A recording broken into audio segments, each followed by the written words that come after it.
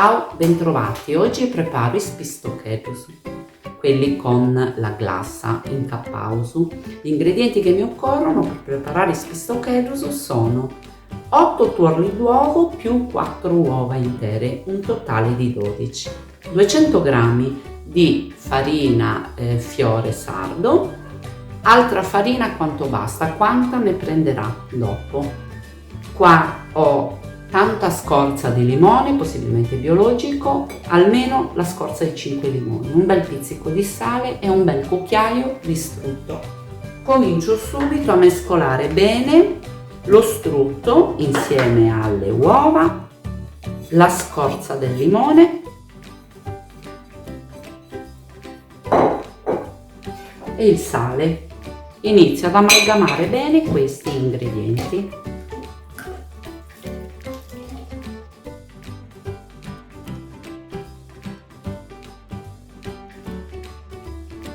Adesso man mano aggiungo il fiore sardo e impasto.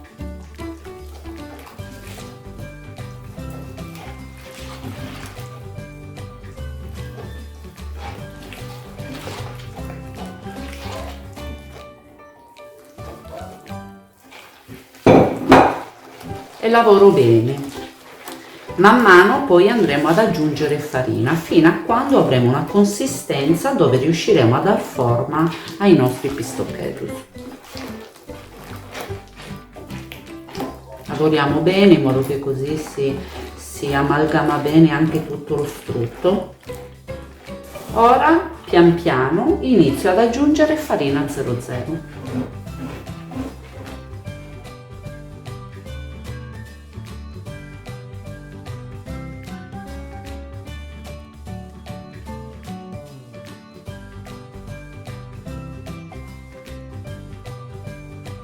Quando l'impasto è bello liscio e ha preso tanta farina, adesso io non l'ho pesata perché la farina si mette fino a quando diventa un bel impasto che non attacca più alle mani, a quel punto lo portiamo sul tavolo da lavoro e continuiamo a lavorarlo per un po'.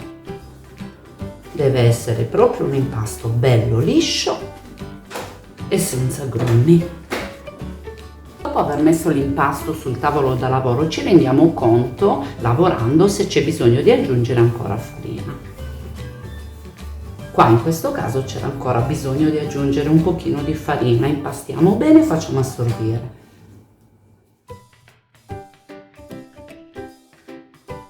Quando si riesce a avere le mani belle pulite, si riesce a dar forma facendo delle prove ai biscottini, ai spistochetus, allora l'impasto è pronto. Deve essere ben lavorabile poi con le mani.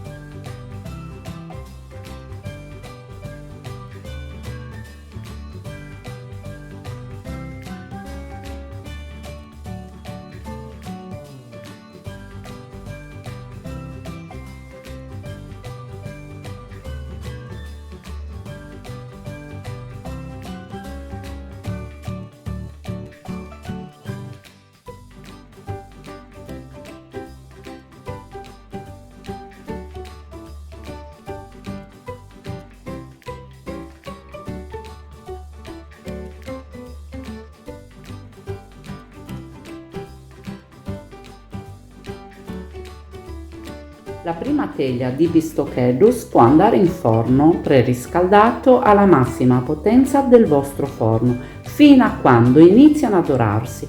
Dopodiché, mi raccomando, controllate, abbassate a 180 per altri 15 minuti.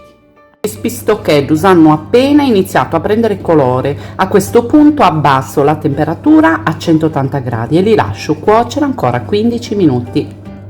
Gli spistochetus sono cotti e freddi. Non mi resta altro che incapparli, glassarli. Ho qua mezzo chilo di zucchero e 250 g di albume d'uova freschissime a temperatura ambiente.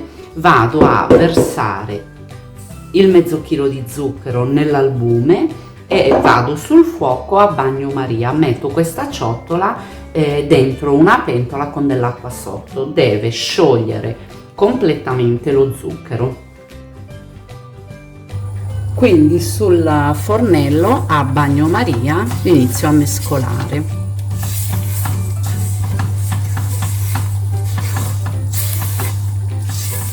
Quando dopo 5-7 minuti circa al tocco sento che non ci sono più granelli di zucchero, ma è bello liscio questo composto di albume e zucchero, appunto, spengo il fornello e porto in planetaria a montare per realizzare la nostra glassa sagappa. Trasferito gli albumi e lo zucchero in planetaria, adesso faccio partire e lascio montare. Ho montato la glassa sagappa e a questo punto posso cominciare a incappare i spistochetus. Appena glassato i spistochetus possiamo anche decorarli. Facciamolo subito. Se dobbiamo mettere delle perline argentate o quelle colorate, saragea, va fatto subito prima che la glassa si asciughi.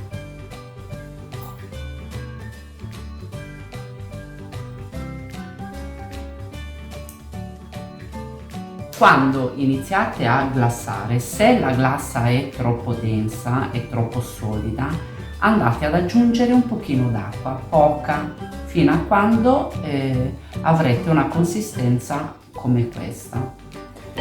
Anche perché questa è troppo densa.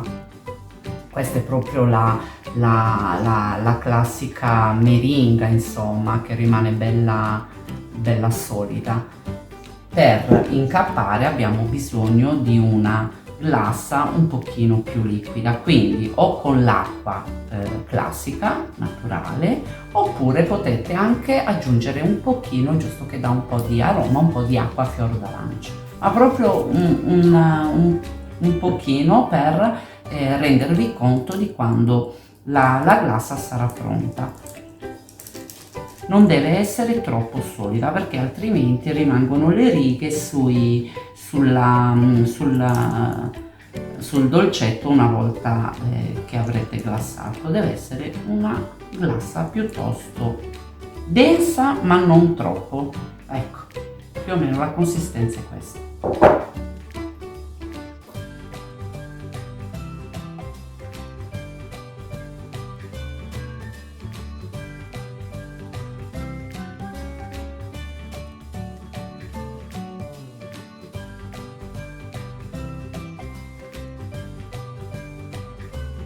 Messo i primi pistocchetti de cappa in forno a 60 gradi e lasciamo asciugare completamente la glassa. Il forno non deve essere completamente chiuso perché altrimenti trattiene l'umidità, quindi lasciamolo aperto, semi aperto, magari mettendo il mestolo di legno tra lo sportello e il forno. Una volta che i spistocheddus sono asciutti, si presentano così, belli lucidi e con le perline colorate. Si potrebbero lasciare così, ma visto che io ho voglia di decorarli ancora ulteriormente, ecco qua, questo sembra un dinosauro. Non ho la foglia d'oro, ma ho dell'oro in polvere che vado a mescolare con un po' di alcol per alimenti. Quindi vado a spennellare un pochino sui spistocheddus, proprio appena vado a diluire con un po' di alcol.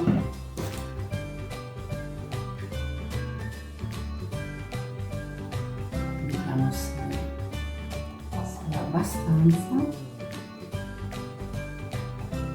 Questo è l'alcol a 70 gradi per gli alimenti. Si può usare anche quello che usiamo per il liquore, no? Per il mirto, per il limoncello, così.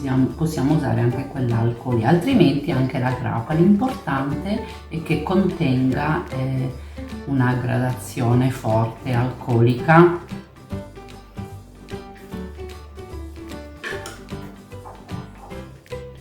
Ed ecco, quando inizia ad asciugarsi, dopo aggiungeremo ancora un po' di alcol e possiamo fare qualche piccola decorazione sui Spistochetus.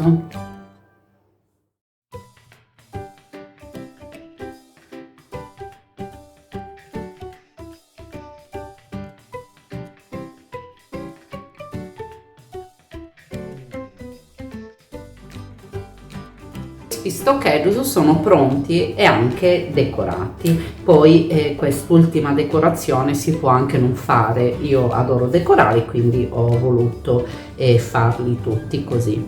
Sono molto carini, se si ha la foglia d'oro ancora meglio, si va a mettere sopra la foglia d'oro. Se questo video vi è piaciuto mettete un pollice in su, mi raccomando iscrivetevi e condividete il più possibile con i vostri amici. Così mi aiuterete a far crescere questo canale.